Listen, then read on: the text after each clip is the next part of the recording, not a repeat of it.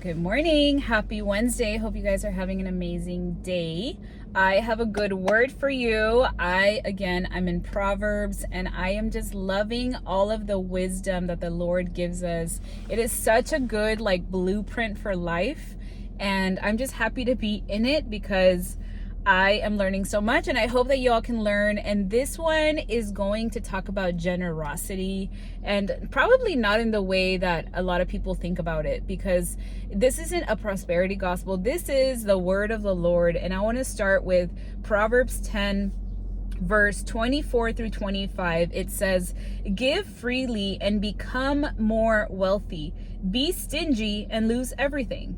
The generous will prosper. Those who refresh others will be themselves refreshed."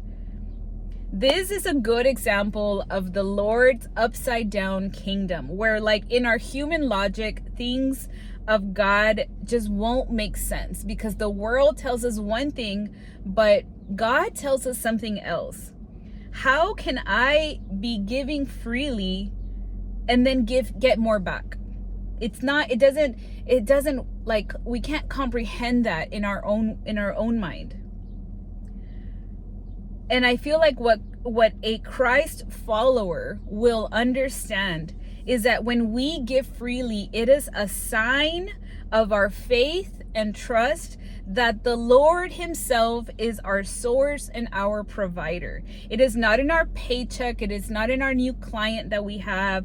It's God who is our provider. He is the only one who is the actual source of everything that we have.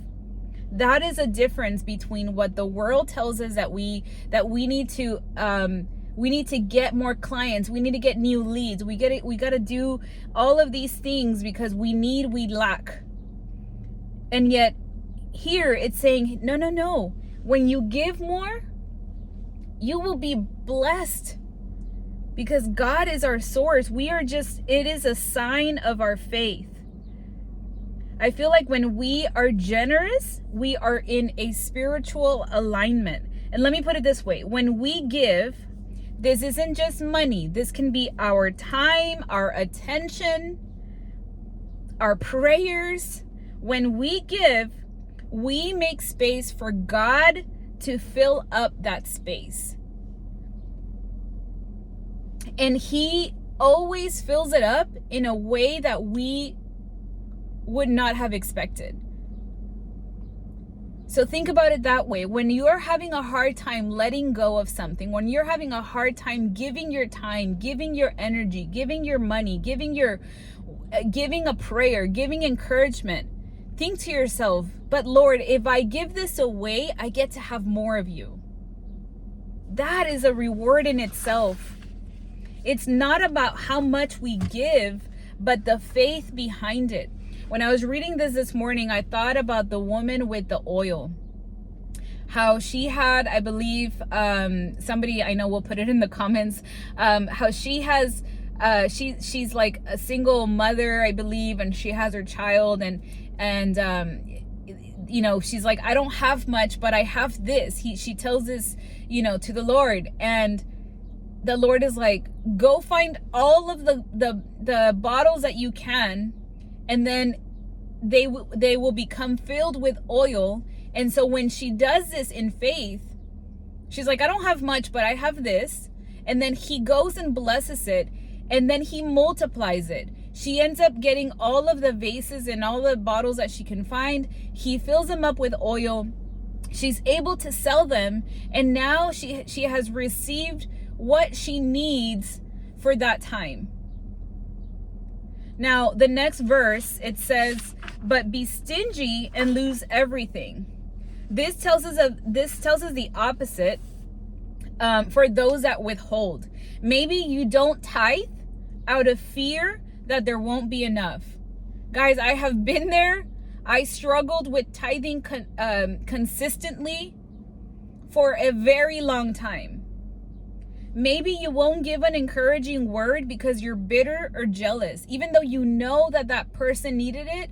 Even if that person, if you really felt that call to say something, but you're holding on to resentment, and so you won't extend that encouragement to them because of your own obstacles. Maybe you don't serve because you're too busy or tired. That one hit home because I clearly remember I have mentioned to you guys that, God has really worked a lot in our marriage. Like, we never had like huge issues, but to be honest with you, we as individuals, myself and my husband, we had a lot of things to work on. And one of the things is that we used to work in a works-based marriage. Like, well, I do this and you do that, and then I'm checking off the things that he's doing and the things that I'm doing, and how come it's not even? How come it feels like I'm doing more? And the thing is that when you focus on things like that, which is what the world tells us to look at, when we are focusing on, let me keep tabs on what the other person is doing, you are robbed of the joy that the Lord gives us when we serve freely. And then we end up saying like, well, I don't want to go make dinner for my husband. I'm tired too. Well, I don't want to get up and give my child this because they can get it themselves. And hear me, this isn't about, I feel like people get into their heads because of what the world tells us about submission being a negative thing. This is about serving sacrificially. The way that Jesus did for us, we should do unto others. Not just our husbands and wives, our children, our parents, our neighbors, our enemies. If you're too busy or tired, then ask the Lord to give you the capacity to do so. Because if you're too busy or tired, you are just relying on your own strength. And guess what? You're not making room for the Lord to act, to help. And maybe you don't pour onto others because you think, well, no one poured onto me. Some of you are holding on to trauma, whether it was your childhood, your past relationships, your previous experiences, that you say, well, I've been burned before. Why should I do it now? Why should I keep doing it if I don't get anything in return? These people that withhold will not only suffer emotionally, spiritually, but also relationally. God isn't just asking us to give, rather he wants us to learn the flow of receiving while releasing. And then the next verse says, the generous will prosper. Basically, that tells us that when you bless others, you get blessed. You get blessed when you're giving because you're receiving something while doing so. And again, this isn't about financial blessings only, okay? This may be when you encourage someone and then receive peace in a situation where you least expected it. Or this may be when you serve someone sacrificially and then watch how joy just fills your life. Guys, I can give you example after example of things that were, and I feel like that's why it's such a like sweet moment right now in where I'm at in my career, because there was so many times that I wanted to give up, and I just like was like, Lord, like I could totally be bitter about the situation, but how can I change who I am and do something that's not, it doesn't align with me only because that person wronged me. So I would go and just go do the things that I knew in my heart that I could go to sleep without something on my conscience. And I would do so, even if I didn't get the reward right there. Now, let's be honest, I've also been on the other end. And I talk about my marriage because I feel like it's relatable to a lot of people that, you know, when you're dating, you're like, oh, I love you, and you're doing all this stuff, and you go above and beyond, and you're courting them, right? I remember my husband like courting me, trying to like, call me, talk to me all the time. And then you get married and then you have kids and like things can just start being a little dull. And then when you all of a sudden have all of these responsibilities, suddenly you start keeping tabs and you start like resenting and you start being bitter, and it steals your joy of the blessings that are right in front of you. But the Lord has helped me to understand that when I get closer to the Lord, He provides me peace and joy and love and grace that I didn't know that I had or that I needed. And now, because of that overflow, I'm able to give and serve others in the same manner.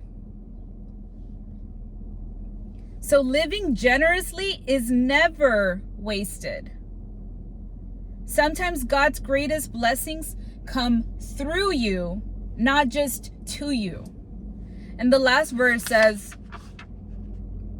those who refresh others will themselves be refreshed. And this is a great one for those of you who have felt, but I'm always the one that's pouring onto others. I know you have felt this. I have felt this.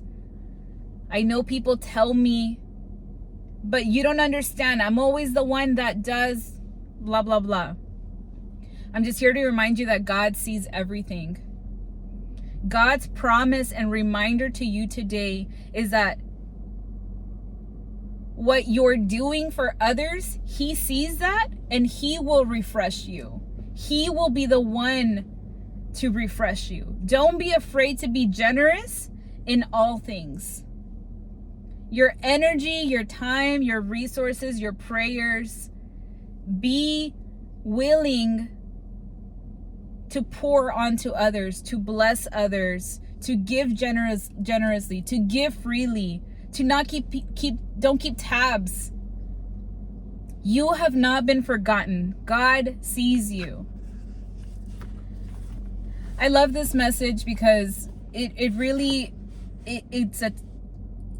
shows a lot about our faith.